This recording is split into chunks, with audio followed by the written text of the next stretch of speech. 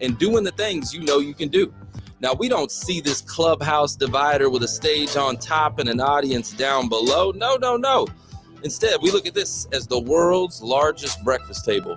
It's full of motivation, education, inspiration, and even a friendly competition with the positive intention of pushing your momentum in the right direction. Now, listen, if you ever miss a segment, you can go download the Who You Know Show podcast, subscribe, and listen anytime. So head on over to whoyouknow.show, grab the link, and subscribe.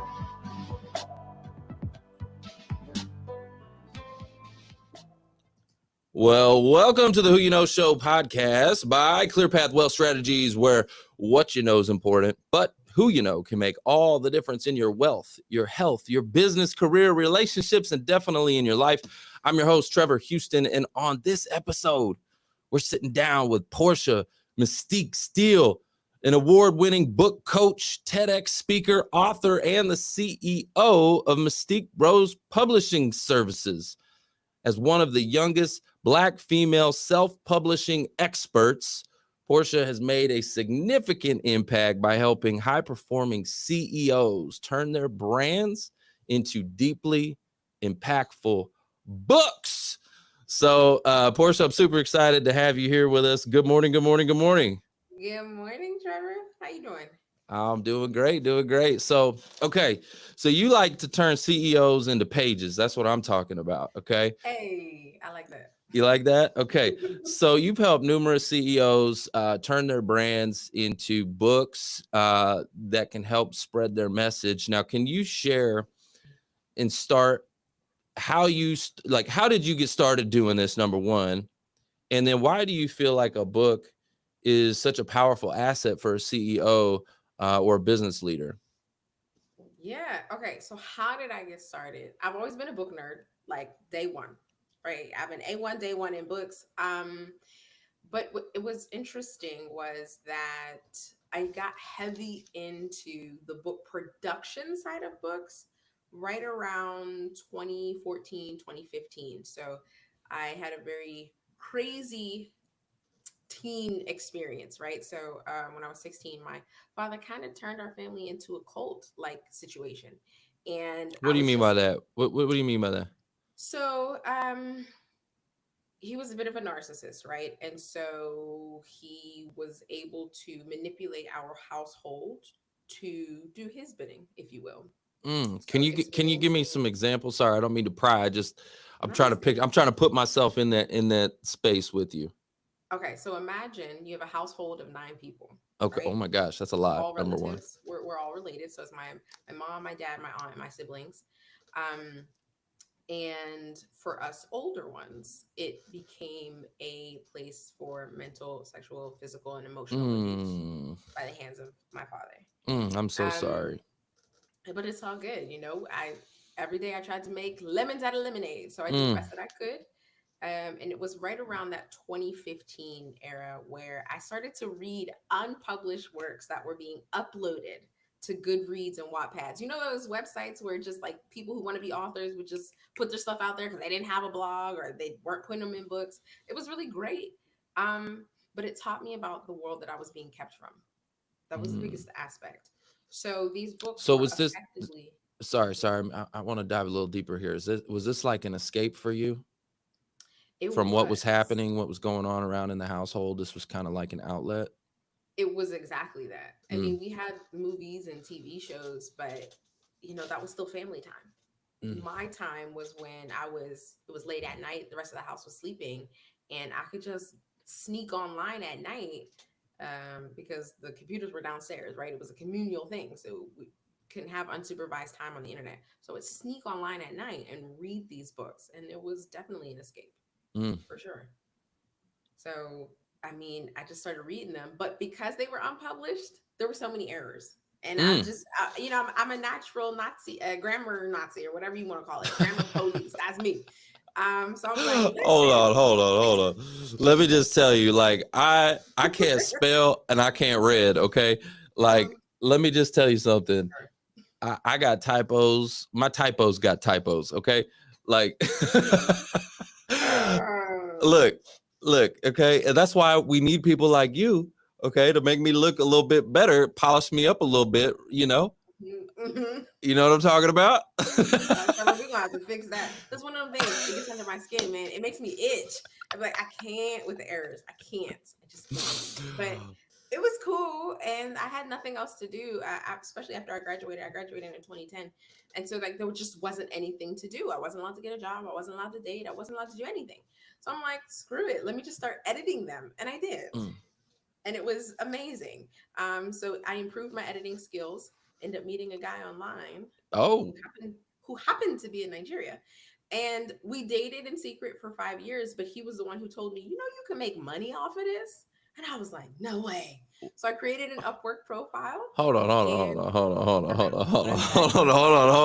I'm Okay. sorry. This is what I do. I gotta go deeper. Hold on. You dated in secret for 5 years. Yes. Talk to me about that. Unpack it. Okay. Okay.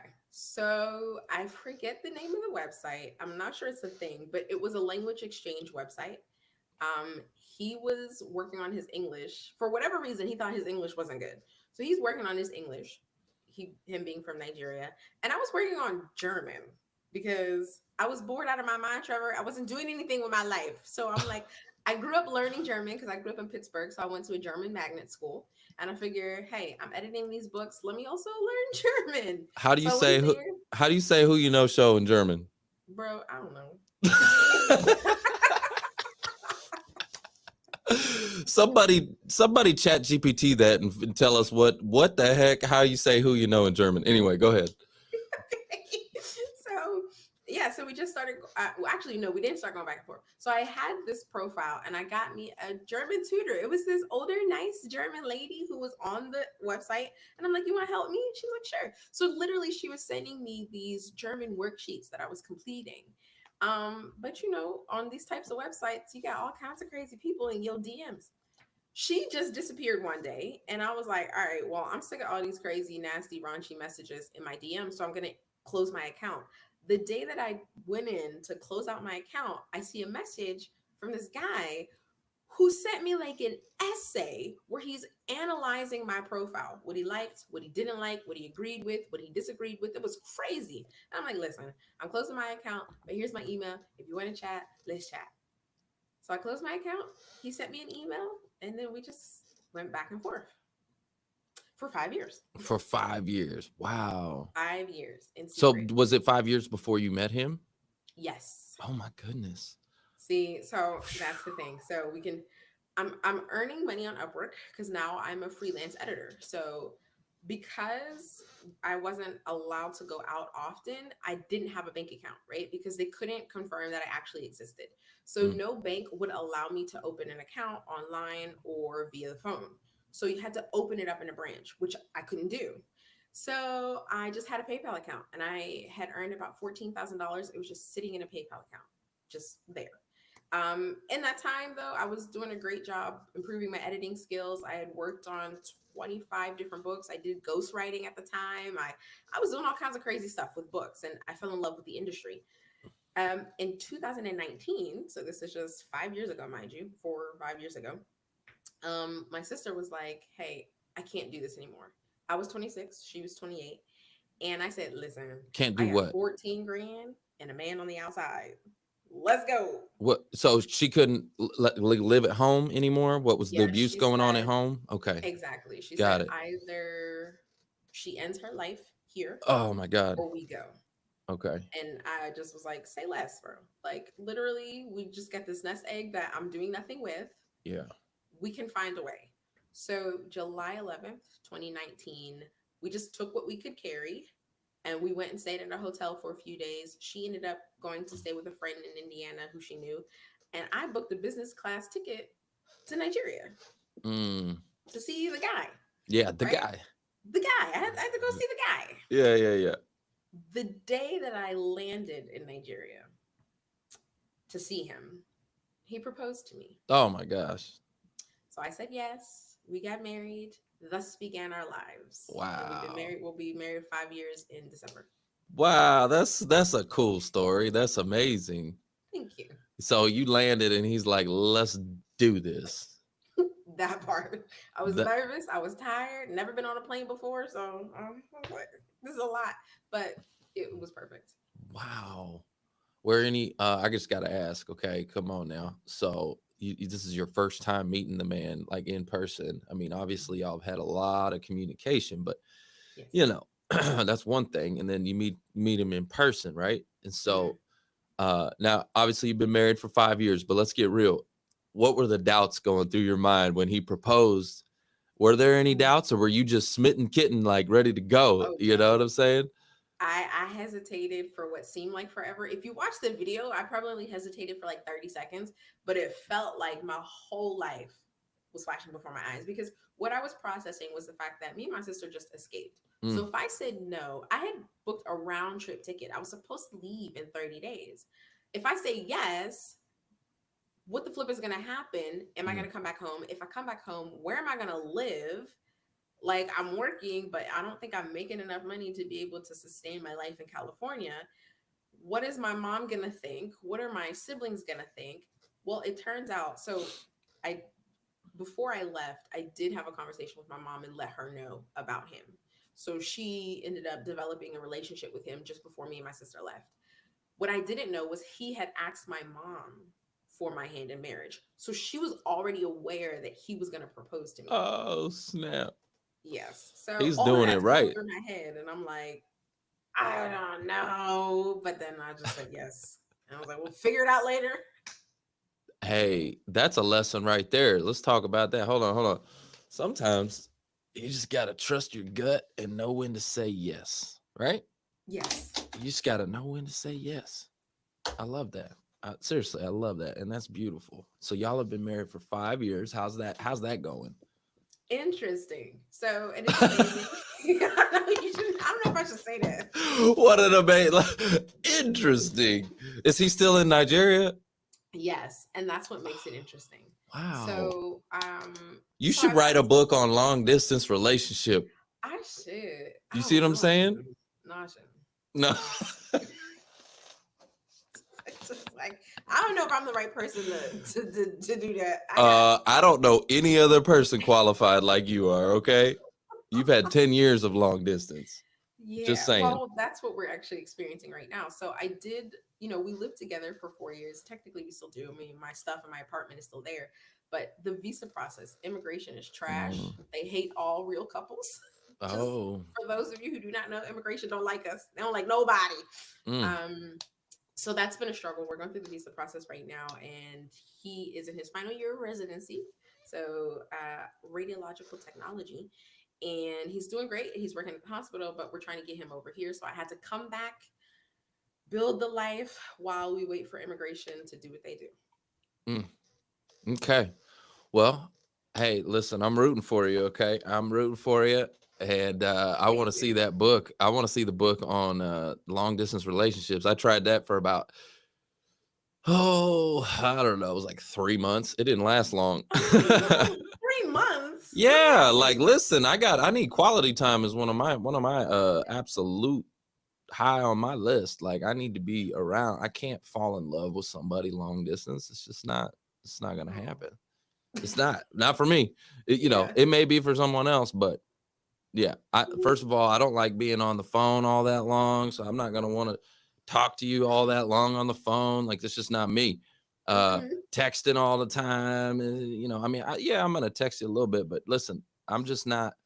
I need to see you in person, real life. You know what That I'm part. saying? If I'm I gonna get it. fall for you. So, anyways, I get it. so you could help a lot of people because I went through that. I met someone actually over this last year who was long distance, Mm. and we tried it, and it just wasn't for me. Anyway. Did it fizzle? You got Yeah, no, didn't I figure mean we it out. both were realistic about it, and Okay. anyway, so it just didn't work, but it's all good. But let's get on page here. I want to talk about some of the other things that you're doing, right? So Mhm. you now help CEOs to basically get their story out, right? Because I think Yes. everybody's got a story. Do you agree with that? I do, but I don't think that everybody should share it. Ooh, let's hear about that. Talk to me about that. Well, I mean, okay, there's a simple fact that the world's most impactful books are simply Mm, solutions to the problems that people have. mm, We all have stories, right? I don't think our life is one long story. I think it's made up of many different stories. mm-hmm, But if that story does not solve a problem for somebody or it's not a solution, then how far can it go really? I mean, mm, I was just having a conversation with the BWC squad, right? The family. And I was saying, memoirs never changed my life. There's not been a single memoir that I've read that changed my life in any way. I was entertained by it. I was like, "Ooh, that's crazy. Oh no, that happened. Oh wow." I was in it, but it didn't do anything for me. mm. And so what I love about really great books is that they do something for you. Fiction or nonfiction. Like my favorite book is The Alchemist. That's a fiction book, but it changed my life. It changed the way I see personal journeys. Mm. So for those of us who have those stories and we want to tell stories of our lives, it's like you have to ask yourself, number one, is it gonna help somebody do something? And number two, why should they care? Mm. That's good. So is there some type of transformation that happens in the book? Is there some type of, like you said, a problem that gets solved? Right. Yes. Yeah. Okay. And That's good. is it packaged in a framework? Mm, That's the most important thing because I could tell you the solution, like, okay, how I escaped, right? I could tell you how I did that. And it's just very simple. I can tell you the story. I can tell you when I had the conversation with my sister. I could tell you how she was beat red and she was crying and she was having that mm, conversation with me. I could talk about that. I could talk about 3 o'clock in the morning and we're just carrying garbage bags of stuff, not really knowing where we're going. It being pitch black, right? Crazy stuff. I could tell you about that, and it could move you. It could touch you. It can inspire you. But if it is not wrapped into a framework of now here's how you do it, it's not going to do so much for you. It's just going to entertain you. And I don't need that. I don't need to entertain people. That's what we get social media for, right? If I'm mm. going to write a book that I want to last forever, if I want it to impact your life, I have to put it in a way that you can understand it, you can remember it, and you can repeat it. So evergreen lessons, essentially, like a lesson that translates, and scales time, right? Like it's not going to expire. Essentially, lessons that Yes. it's kind of like when you read the Bible, right? Like, gosh, there's so many lessons in there that are relevant today. You know what I mean? Mhm. Like that book, obviously the best number one selling book of all times. Yeah. And the lessons just keep, they'll be relevant 1,000 years from now, Yeah. if the And earth's it's still funny you here. mentioned that. It's funny you mentioned the Bible because that's the thing that I always reference. It's like, why do we go back to the Bible when we've memorized it? So many people memorize passages, but you still will pick it up when you're struggling in life because the Bible contains two things that makes a book impactful for any reader. It contains story and it contains wisdom. If you Mm, can create a book that combines your story and your wisdom, you generate immediate impact, everlasting impact, so that mm. people will keep it by their nightstand. They'll keep going back to it whenever they have an issue or whenever they're experiencing a problem. Your book becomes the solution. And the world's most impactful books are simply solutions to the problems that people have. Let me ask you a question. Mhm. Okay. So I haven't published them yet because I've got another project that's I have to launch like right now. I've got some Mhm. urgency on me to launch another project. But I have written 2 books and I just haven't published them yet.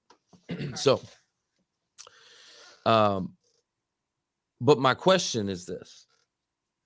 I don't really read a lot of books. Look, and I do this. Listen, I do this podcast. Hold on, let me just show you something. I got so many dang books from authors and just all kinds of stuff. I got books for days from authors, right? That I I, Don't uh, read. I interview. I can't I can't read them all. Are you kidding me? I interview so many authors. Everybody I interview is an author, best-selling author. Everybody, right? Mhm. Mhm. I mean, and I'm talking to them about their book, and they send me their books, and I mean, yeah, I don't know. So, but do you feel like it's important if you're wanting to be a best-selling author? Should I start reading some books so I can start getting some like idea, or do I just need to? I've already written them. get them now over to a ghostwriter who can do their expertise. Okay, get them to massage it, take what I've got so far, and really put their spin on it, and just trust the process. Do I even need to read a book to write a book? I'm being real. Come on, Porcelain. Come on, let's get real. Let's get real. You need to read a book to write a book. Yeah. Oh, Lord Jesus. Okay. I'm being real with you, okay? I got you. Listen, I appreciate it. All right, here's the thing. Do you need to read a book to write a book? No. You've already written a book and you didn't read it. Anyway, right? You're not a huge reader. Do you need to read a book to know how to properly market your book? To write a good book? Yes. Now, here's why, right? There are ways around it. If you worked with a book coach, somebody who understands books on a deep level, then it's okay if you're not a huge reader, right? Because your book coach can guide you using their expertise. If you're not willing to work with a book coach, then you should be a reader, because you have to understand the viewpoint of the reader. If you're not a reader, you don't know what readers want. You don't know what readers feel.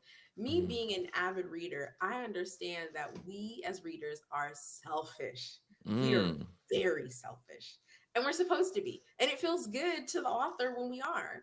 But if you as a reader don't know what it's like to have a book feel like it was written for you, or to read something and say, dang, like that's what I would have said, or you're speaking my language, or you're speaking to my issue.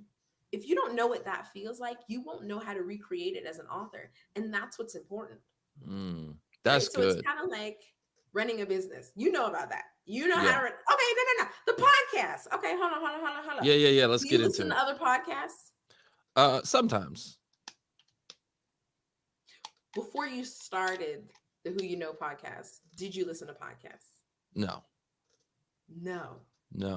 Not a big podcast. Honestly, I'll be real with you. Not a big podcast listener. Now, clips, obviously you see clips everywhere, right?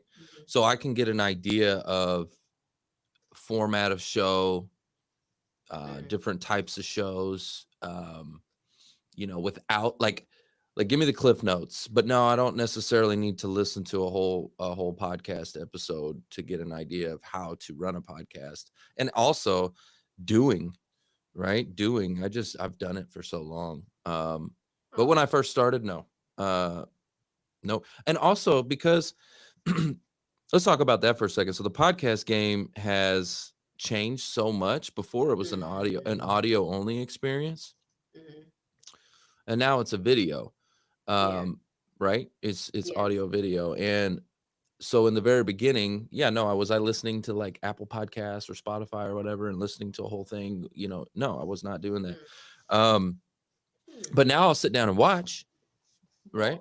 I'm going to watch. You blew my whole hypothesis out of the water. So okay. I'm going to rephrase my answer and say, no, you don't have to read a book to write a book. No. Just no. No, you don't need to read a book to write a book. Okay, now listen, the reason I'm saying this because I know there's a lot of people out there. They're book readers, okay? There's some book nerds out there. We love you. I love you, okay? And you hear especially a lot of CEOs and a lot of very, very successful people. They always talk about reading. You got to read so many books a year and all that. I'm just not a big reader, and maybe I need to pick that up. Matter of fact, I interviewed someone who that's what he does is he helps people read more books and stuff like that. Anyways, but yeah, I've just never been a big reader. Unless it was when I was a juvenile and I was locked up in juvenile detention facilities. I read The Hobbit. Okay, that was a good book. No, I've just and not that I don't enjoy when I have read books. I've enjoyed reading books. Okay. When I have read books, but I guess I just haven't. I guess maybe I'm that generation where we just I don't know what it is. Well, okay, so I think a lot of people read books to get information, right? Like I said, they solve people's problems. Right. So if you feel like you can get your problem solved, I go to YouTube. You go to YouTube University, you get what you need, and you can keep stepping.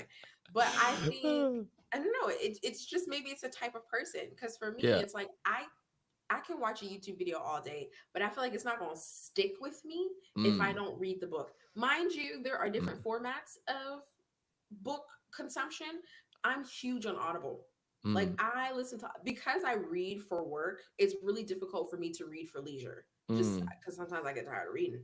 So when I want to consume a book, I don't have time to read it. I just boop, pop on my audiobook, listen, and move through the day. There you go. Now that is something I have done. Okay. That is Okay. something. Audiobook. So I've got Audible, and so I've listened to a lot of books. But Well, like that's the actually, same thing. well, not really.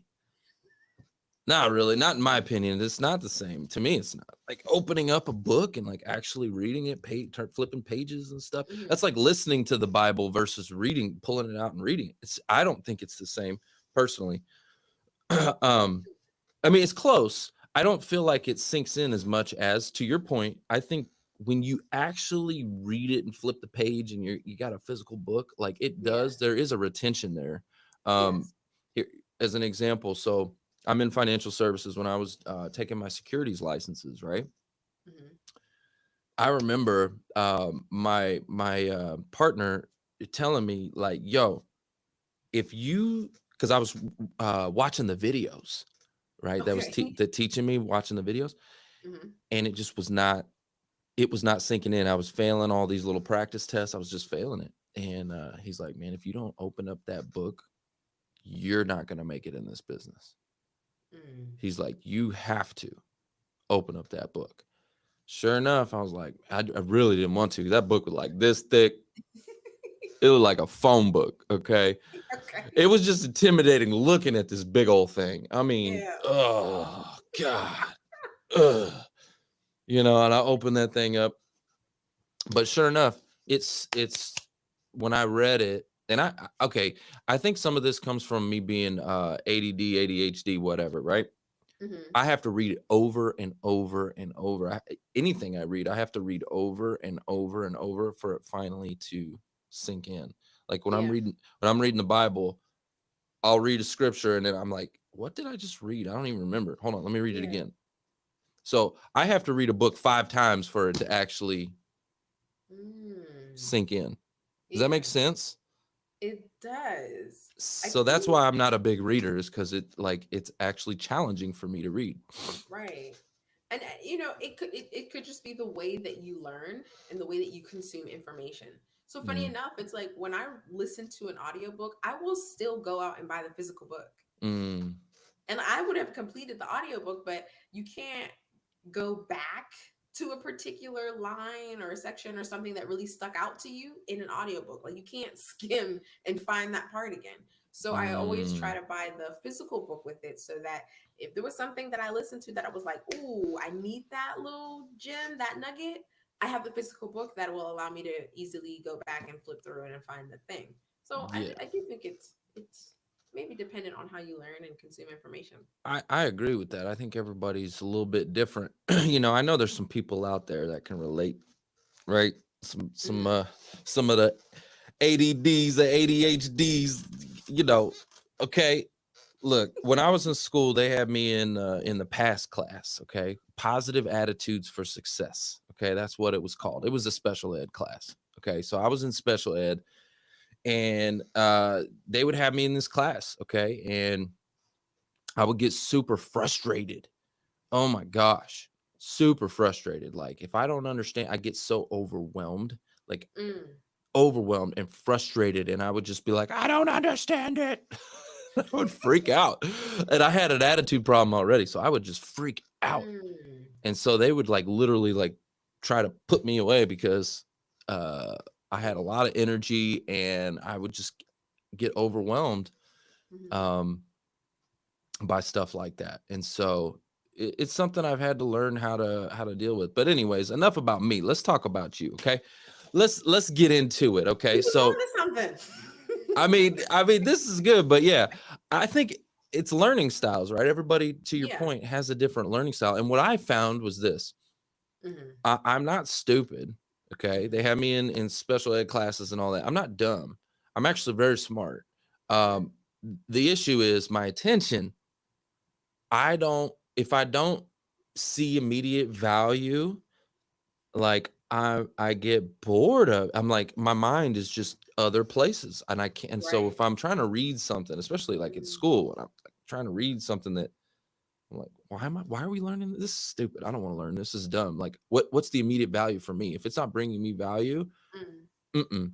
But I remember they would be like, hey, let's do a project, and you can read whatever you want, or you can write a paper on whatever you want. And I remember back in the day in high school, like Tupac was a legend. Okay. I Mm. love Tupac. So I would write papers on Tupac. I would read stuff on Tupac, like, and I would just be consumed by it. And Right. it would be excellent quality of work, right? Anything that I like have put my mind into, I would find a positive obsession for that energy, and I Hmm. would channel it in, and it would be phenomenal. But if I don't care, I'm like, ugh, all Yeah. right, I don't want to read this. Oh, I feel that. Okay, I You get know it what I'm now. saying? Yeah, for sure. Anyway, but again, enough about me. Let's get into you. Okay. All right. Let's talk about for CEOs and Mhm. entrepreneurs who are looking to scale their business. Can you give me some specific examples or some success stories of people you've worked with, and how a book has helped to transform their business or their life, even for that matter? Yeah. Ooh. So immediately two come to mind. One, her name is Ivory. Shout out to Ivory if you're watching. So Ivory is a religious trauma expert. And it was really interesting to see where she started. So when we started working on her book, she didn't have her coaching up and running just yet, right? She just had the foundation. She knew how to help people, but she didn't know how to structure it, and she didn't know how to structure her coaching program or her business, which was really interesting. Um, but she had an incredible story, and we needed to create a framework. So she came up with the steps framework, and I'm not going to reveal it because the book is not out yet, but she came up with the steps framework to help people overcome their religious trauma and spiritual abuse from the past. Mm, And it was interesting because what occurred was, and it's the same thing that I'm jumping around in my head of different clients. Another one was Tyler Patterson. But and what was interesting was we took this framework that we created for the book, and then they went and they took it and used it in their business. So mm, for Ivory, she now has this steps framework that she takes all of her coaching clients through, but it was created through the process of writing her book.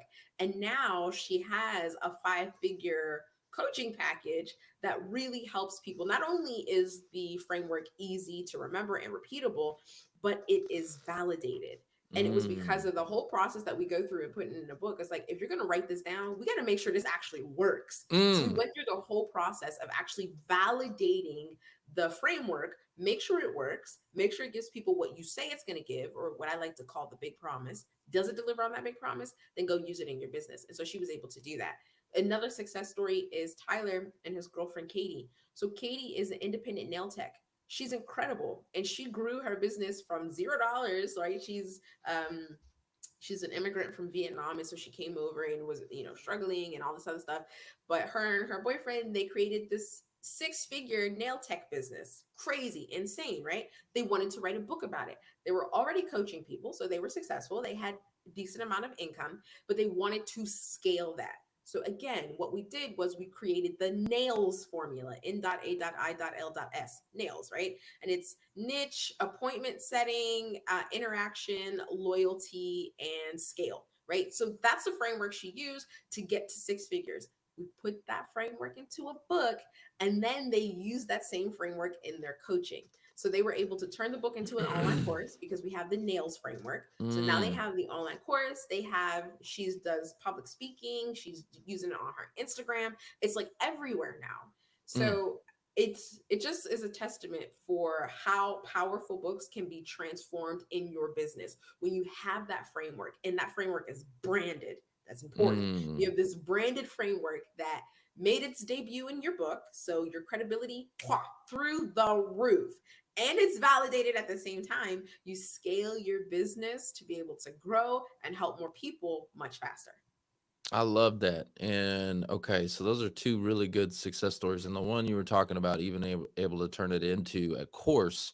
Mhm. And so I'm actually in the process. This is where I said I have two books that I've written so far. I haven't published them yet because I have something that's taking urgency right now, which is a course that I'm creating and launching. This Mm. should launch in December. And so this course, uh, as I was writing the course, I was like, this is another book. Like, I'm like writing. It's very, very similar. You got modules and lessons and right. And like, Mhm. I was like, there's a big picture I'm trying to teach, and you have to break it down into, modules, which would be like chapters, right? Yes. And I'm like, this is another freaking book. That's how it happens, man. That's Uh, exactly how it happens. yeah, So you're that's gonna do it? yeah. I will. I will. Like I said, I've got to. So I've got the two books that I've already written. Like, I don't want them to die on the shelf. I got to get those out too. So first Mhm. step, again, I got to launch the course. Like that to Mhm. me is hands down. I got to get that out. Boom. Okay, course got to go. Because that's going to be the highest ROI. Okay, Yes. Mhm. unless I sell a bazillion books. Okay, right. The course is going to be the highest ROI for me, so I'm going to go ahead and launch that first, and the biggest impact that I can make actually as well. Mhm. Then the first book that I'm going to launch, I believe is going to be the what I call like the legacy book. Right? It's Okay. it's the one that if I die tomorrow, I want that book. I want it out there. It's Right. the legacy book. I think it can Mhm. make the biggest impact in people's lives. And then the other one, it's a great book too, but it just really helps people more with business and how to transform their life and their business. So that's kind of like the second book that I'm going to launch. Mhm. And then again, the course, I guess I'll have to turn that into a book too. The course that I'm creating. So, anyways, I'm juggling, man. I got too many things. This is the ADHD going on. Blip, blip, blip, blip, blip, blip, just blip, blip, blip, It's a blip. lot. It's a It lot. is a lot. But I think you're doing a great job at keeping it kind of in order of priority. What I Yeah. will say is, like, I think people shouldn't forget that there are actually at minimum 13 ways to monetize a book. So even Mm. just book sales alone Ooh, let's talk isn't about that. it.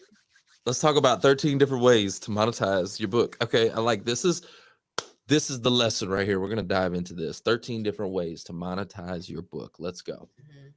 Okay. So the best way to do it is how you're already doing it, an online course.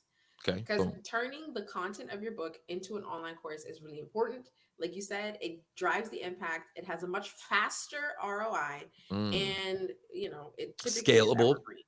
It's Yeah. scalable. You can do a Yeah. lot with it. Mm-hmm. Up sales, down sales, everything in between, Yep. right? Um, Masterminds, all kinds of things you could do with it. Well, that's the other way to monetize your Oh, book. okay. You can actually turn your book into a mastermind. So, what I love, some people will have the idea to do a book club, which is one of the 13 ways, but I like to combine the two. If you did a book club and a mastermind together surrounding the content of your book, you tap into a different, I won't say audience, but just a smaller sector of your audience. So these are going to be your loyal ride or dies, right? These are the people who need that information and they already know, like, and trust you to consume it from you. So that Mm-hmm. mastermind book club hybrid is going to be wild. There's that. The other one is a masterclass. Now, typically they're free. Now, understand these 13 ways to monetize are for entrepreneurs. It is entrepreneurs who know how to leverage the hell out of this thing. Did I say that? Mm. Sound Yeah, like you good. okay. Okay. So I had to make sure. So it allows you Hey, being an it's in the entrepreneur. Bible. We can say hell all day long. It's in the Bible. Let's Yay. go. Anyway, go ahead. Okay. So it allows you to being an entrepreneur or a service provider or even a coach allows you to really monetize your book. So turning your book into a masterclass is really great. I love doing that. My book, The CEO Author, I branded that thing like crazy. So it's a mastermind. It's an online course. There's the CEO Author Summit, the CEO Author Master Class, the CEO Author Workshop, the CEO Author Netflix series, the CEO Author podcast. Like anything and everything you can think of for your book, brand it, trademark it, then go do a bunch of crazy stuff with it. I Yeah, love that. The CEO Author Audible. Okay. that part. You got that already? No. No, you need to get that. Okay. You need to get that for guys like me. Okay. Who don't like to read. Right. Yeah, I've been procrastinating because I was gonna hire a voiceover actor. So, okay, another tidbit. So, when you do an audiobook for your book, you can use a platform like Findaway Voices or ACX, which is owned by Amazon, to get your book out there, right? You can hire a voiceover actor to do it. Everybody thinks, oh, I'm gonna do it myself because I want my own voice on it. And I get that, and it's great. But some people, like Alex Hormozy, who I adore, should not have recorded his own audiobook. I'm sorry. I tried listening to it, and I like Hormozy, but I couldn't with You his could. audiobook. I couldn't. He's just like, I couldn't. But like that's Mike funny. Michalowicz, he was really good at recording his own audiobook. So, anyways, I'm thinking of recording my own because I keep hearing people say that they would love my voice to be on it. And I just don't have the time to do it. So my audiobook isn't out yet. You know, there's some AI tools now that can do your voiceover, right? Now I don't know how good it will be. I mean, it's pretty good. I've played with it a little bit, but for a whole audiobook, I'm not sure how good I mean, if you could, I think we're gonna get there. I'll be honest with you. I think we're gonna get there. It may not be there yet, but I definitely think we're gonna get there. I What are your thoughts mean, on that? oh, okay. Because So think about AI that. Imagine that. Imagine that. Hold on. Imagine that. okay. So you already got the book written, so it's in text. Yes. So, Yes. and so imagine that you just get a microphone, read maybe like the first page, Mm-hmm. just like the first page, and AI copies, clones your voice, and then you just submit that book into it, and then bing, you got your audiobook ready to rock and roll. Okay. How cool would But, that be? but, hear me But, out. all right, And I think my but computer's freaking out because now all of a sudden you're fuzzy. Okay. But, anyways, here. Okay. I'm hearing you. Let's go. This is throwing me. I get it. I do believe AI has a role in book production and publishing and marketing. So using AI voice to do it, I think works in certain instances. Because I'm in the space of thought leadership books, if the book is super technical, I say go for it.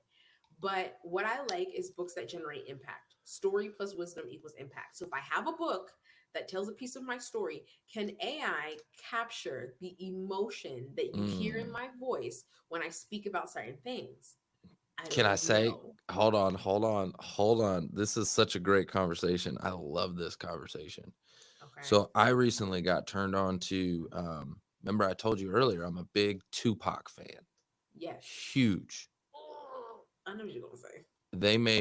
They've got Tupac cloned AI music, and it is so freaking good. And from a fan who's grown up on this music, I know Mhm. you can still feel the passion in his voice. And this is AI. It's incredible how good it is. It blows my mind. I'm like, Tupac always talked about being, dying and come back being resurrected and all this kind of Yeah. stuff, like in his music. And I'm like, dang, he did it in the form of AI, right? He actually Okay. did his legacy of what he said he was going to do. He Hmm. did it in the form of AI, and it is that good. It really is. You would never know the difference. Okay. So, So. can we get there? Is the technology there? It already is there. I think Mhm. that you could still now. How much time and energy did they go into creating that, to making sure that it hit the right points at the right, the right inflection and the right, enunciation and all of that? Like, how much Yeah. time went into creating that? I don't know. Hmm. Like, it may have just been easier to get behind a microphone and do it yourself. Like, I Maybe. don't know what went in behind the scenes to create that music, but Hmm. does that make sense? It does, but what I will say with music, right? When it comes to I would love to hear it as spoken word. Mm. Okay. If AI can produce spoken word Mm. and I still get the emotion, I get the voice break when Mm. something sad is being said, right? Or I get the rumble when somebody is angry. If I Mm. can get that in spoken word without music, then Mm. I'll be on board. The thing with Tupac's AI is like it's easy for I think it's easier for it to sound like him because we've heard so many songs where his passion is already there, right? Right. Like it's there, so it's easy to recreate it. But Mm. can AI do like an interview? I would love to hear an AI created Mm. interview with emotion from Mm. Tupac, where That there's no music creating emotion inside of me, mm. right? Because you know the A music is going to conversation. move A you. conversation. A Yeah. conversation. Yeah. No, that's good. I mean, I don't know. I mean, I think we'll see. We'll see where this goes. This stuff's still so new, and we got so much time. I mean, what's it gonna be like in 10 years? I mean, it's scary right now where they're We'll able to probably do be lots of here. stuff.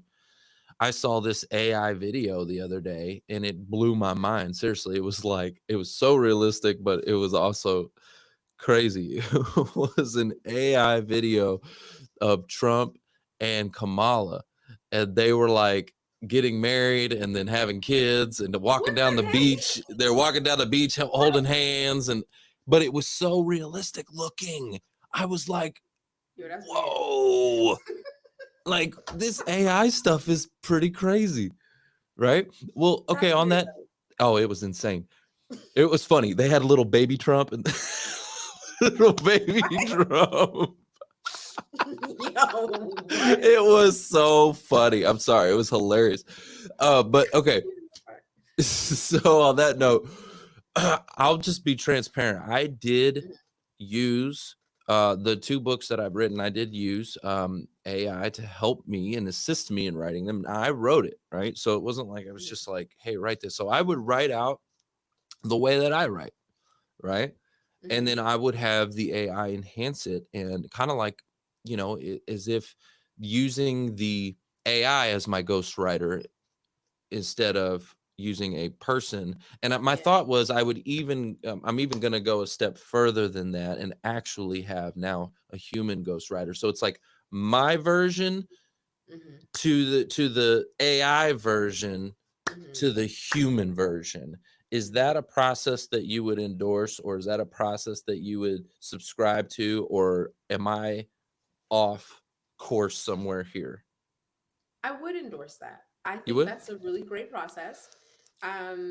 Again, I still would say have a book coach in your corner for your entire journey as an author, your branding and marketing purposes. Yes. Does the book satisfy the does it solve the problem that your readers have? Do you understand who your readers are? Does the book do that? But I like the idea of having it written. You wrote it yourself, and then Mm-hmm. AI cleaned it up for you, Mm-hmm. made it make a bit more sense, and then you Mm-hmm. give it to another human to work on it. Um, you do have to be mindful of how you're going to publish, right? Mm. So if we're talking traditional publishing, where you got to get a literary agent and they're going to shop your book around to publishing houses, you probably won't have a problem. When you're self-publishing, you have to upload these books yourself to KDP, which is owned by Amazon, or Ingram Spark. You have to be careful using AI because you now have to let them know whether or not you did.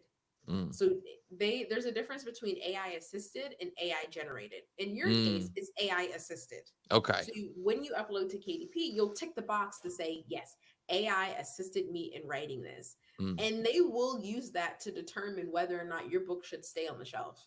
Ingram Mm. Spark, I know, will take down books that were AI generated. Now they'll let you upload it, but then later you'll get an email that says, nope, sorry, we had to take this down because this ain't it, right? Mm. So you just want to Well, be mindful of that. They're cracking down on that type of content. I like that. Okay, and I do like that because I remember, shoot, this was maybe 2 or 3 years ago, actually. Hmm. The first time I heard of somebody using, and it was not ChatGPT, it was Jarvis.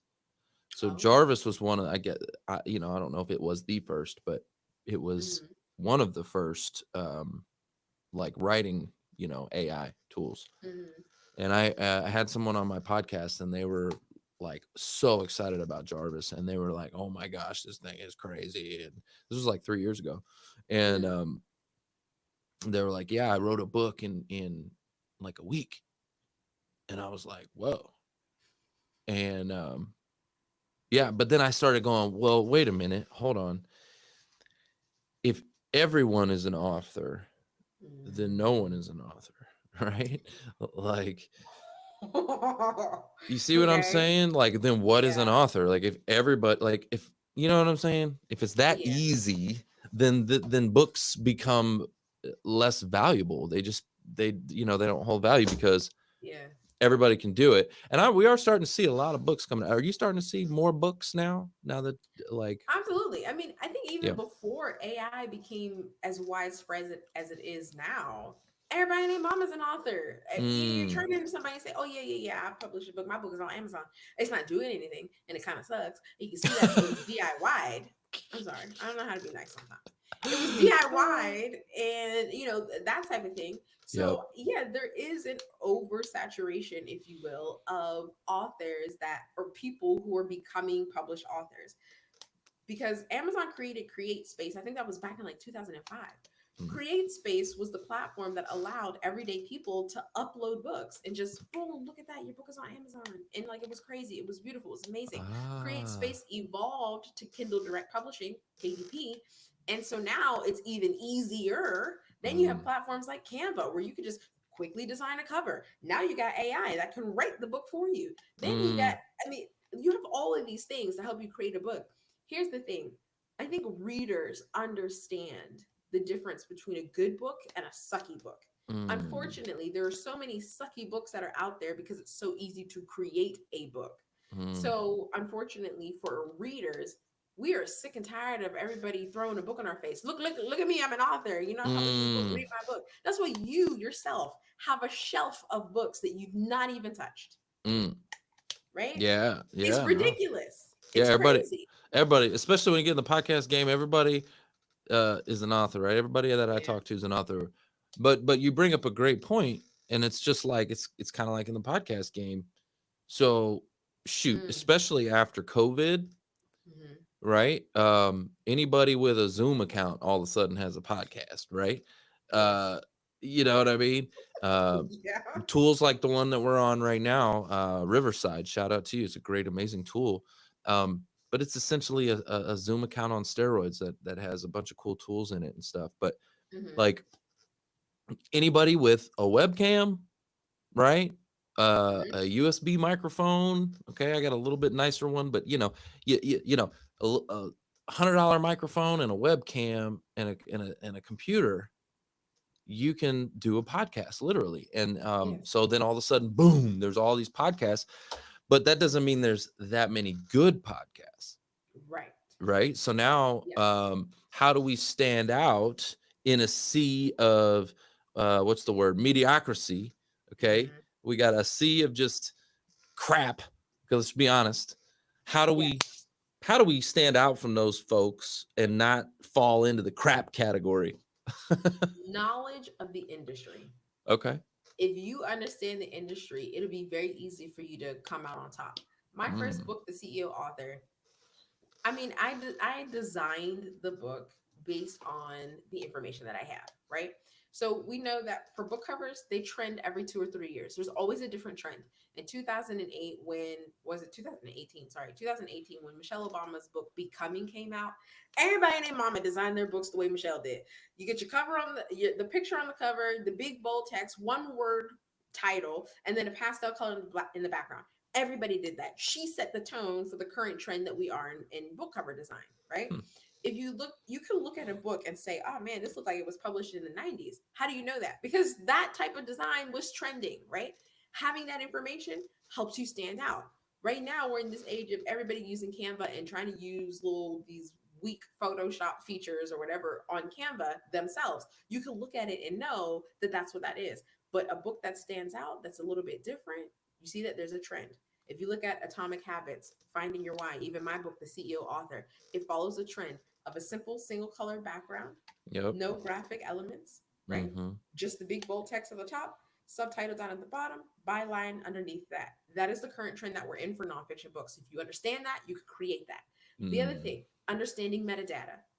To stand out, your metadata has to be on point. If you don't know what that is, if you don't know how to work it, you're going to be like everybody else. You're going to fall into the pit of the thousands of books that are published every day on Amazon.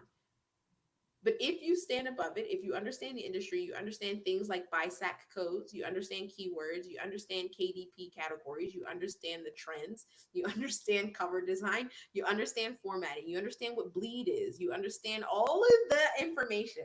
This is understanding your industry. You can stand out above other people who don't know that stuff and they're just publishing crappy books. Okay, so you talking all this stuff, okay?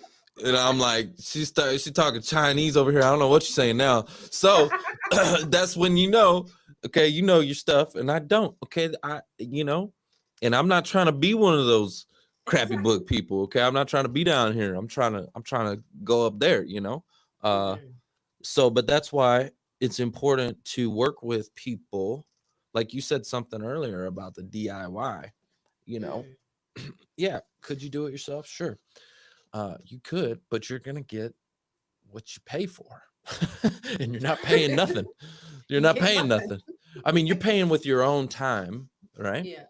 Yes. But I'm a firm believer in that. Like, if you hire a coach or somebody who's been there, done that, this is what they do day in and day out. They are gonna get you there quicker with a better result. That's why I hired Thrive Courses to help me create and launch my course. I did one myself a few years ago, a DIY version, right? Because I'm like, oh, I can make some videos. You know what I'm saying? Yeah. I can write some scripts, make some videos, and I did. And it turned out okay, right? You know what I mean? Yeah. But like I need the pros, and they're getting me there quicker, much quicker. It's going to be a way better product, because this is the one that really is going to be a big deal. So anyway, I'm a firm believer in that. Yeah. So guys, y'all need to get, she talked about, what were some of those things you were saying? The metadata, the this, the that. BISAC codes. BISAC code. Yeah, that's book industry standard and communication codes. Yeah. That's how you rank in stores. Your trending keywords, right? So that's your SEO, search engine optimization. Yeah. Your trending book cover designs. What does that design look like? Just look at the New York Times bestseller list. Take a look at those covers. Replicate them. Your formatting, understanding bleed, right? Making sure that, does your cover go to the end of the page? If you have graphics inside, do they go to the ends of the margins? Are you setting the right margins? Interior design as a whole, and the difference between formatting and interior design. Whether or not you should do ebook or print. You need to understand those things. You need to get your ISBNs. That's a huge thing. International Standard Book Number. People are getting free ones from Amazon, not realizing that by doing that, you actually lock into their system. Giving into their expanded distribution program. If you get into expanded distribution or Kindle Select, you can't publish your book anywhere else. You can't publish or sell. You're only on Amazon. Understanding the difference between KDP and Ingram Spark. Ingram Spark, the master of distribution, 39,000 different online stores. If you want your book in Barnes & Noble's, Walmart, and Target, maybe don't go into KDP's expanded distribution program, right? So all of this information, you need to know. You need to make these right decisions so that you can set yourself up and your book up for success. Wow. Okay, so hold on. I'm just giving you some mic drop for that. Okay, guys. We got Porsché in the house, okay, and she's teaching us all about the books, okay. And if you got Porsché in your corner, okay, you might have 99 problems, but a book ain't one, okay. You understand what I'm trying to say? If you got her in your corner, you got 99 problems, but a book ain't one. All right. I'm stealing that, bro. I just want you to know. Let's freaking go. Okay. Where can the audience connect with you? If somebody wanted to show you some love, or if somebody wanted to pick up your book, or maybe somebody wanted to work with you personally, they got an idea they want to get launched out there, where do they connect with you? If you want to pick up my book, just Google search the CEO author. Do that Google search, it'll come up. And you'll actually see, this is interesting, really quick. Here's how important SEO is. I came up with a sexy title, the CEO author, because it was great for SEO. Now, when you search CEO author, I come up with people like Steve Jobs, right? And Elon Musk and Jeff Bezos. I'm not in that caliber just yet, but because I did the SEO work, I am ranking with those folks. So Google the CEO author, grab a copy of the book. If you are working on a book and you need help, you know that you're probably not making the right decisions, or you don't know which decisions to make, just text the word book to 909-837-4992. Text the word book to 909-837-4992. And I'll give you a link to book a discovery call. Look at that, putting the digits out there. I love it. I love it. I want to see real quick. We're going to give some shout outs. Let me pull up the comments from LinkedIn, because I saw there was a bunch in here, but my computer's acting a little bit slow. While I'm doing that, I want to give a shout out to those over on Clubhouse. We see River and Chris and Dana and Ginger. Good to see you. Mildred, George, April, Rachel, Misha. Love it, love it, love it. Guys, if you have a question or would like to speak with Porsche, right, I want you to just go ahead and raise your hand. I'll bring you up here in just a moment. Okay, so I see I cannot, Dr. Hope Kelman. I'm going to pull you up. Give me just a second, Dr. Kelman. I'll pull you up, and we'll get your questions in just a moment here. But let's also do me a big old favor, okay? I want you guys to rank this episode in the chat, okay? And you ain't got to be nice, okay? You don't got to be nice. You just tell us the truth. I want truth. 0 to 10. 10 is like, man, this was fire. And 0's like, y'all need to get off the stage. I don't like y'all. Y'all boo-boo the food, okay? I want to... You know, we got to ask the audience, you know what I'm saying? We got to know. I don't play around. I just need to know where we improve, you know what I'm saying? So, okay, let's see. Over on LinkedIn, we got Soli, we got Lady Drew Boger. She says, utilize YouTube to learn various things too. She does that as well. Let's see. We got David Ball. Good to see you. Suli, she says, you can definitely ask AI to be emotional where there should be. Okay, so you can train the AI to be emotional. Absolutely, you can. Interesting.